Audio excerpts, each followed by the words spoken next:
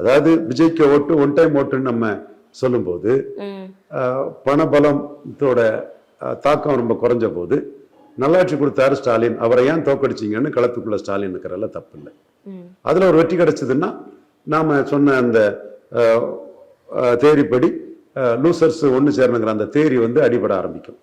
உள்ளாட்சி தேர்தலில் வெற்றி கிடைச்சுன்னா லூசர்ஸ் ஒன்று சேரணுங்கிற தேரி அடிபட ஆரம்பிக்கும். ரெண்டுலையும் விஜய வெற்றி பெற்றாருன்னா லூசர்ஸ் ஒன்று சேர்ந்து தான் ஆகணும்.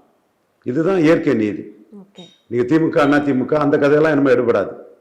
மக்களிடம் அதுக்கு ஏற்பு இருக்குமா சார்? விமர்சனம் பெருவாரியா இருக்காதா? ரெண்டு பேரும் தனித்தனியா இருந்தீங்க ஒண்ணு சேர்ந்துட்டீங்க அப்படின்ற மாதிரி. லாலுவும் நிதிஷும் சேர்ந்து பாஜகவை தோக்கடிக்கல, முலையாமும் மாயாவதியும் சேர்ந்து பாஜகவை தோக்கடிக்கல. இது எதிரெதிரா ரெண்டு பேரும் இருந்தவங்க கடந்த காலத்தின் கைதியா இருக்காதீங்க. Matter over. விஜய் நம்பர் 1 இடம் வரும்போது ஸ்டாலின் நம்பர் 2 ஆயிடுறாரு, எடப்பாடி நம்பர் 3 ஆயிடுறாரு.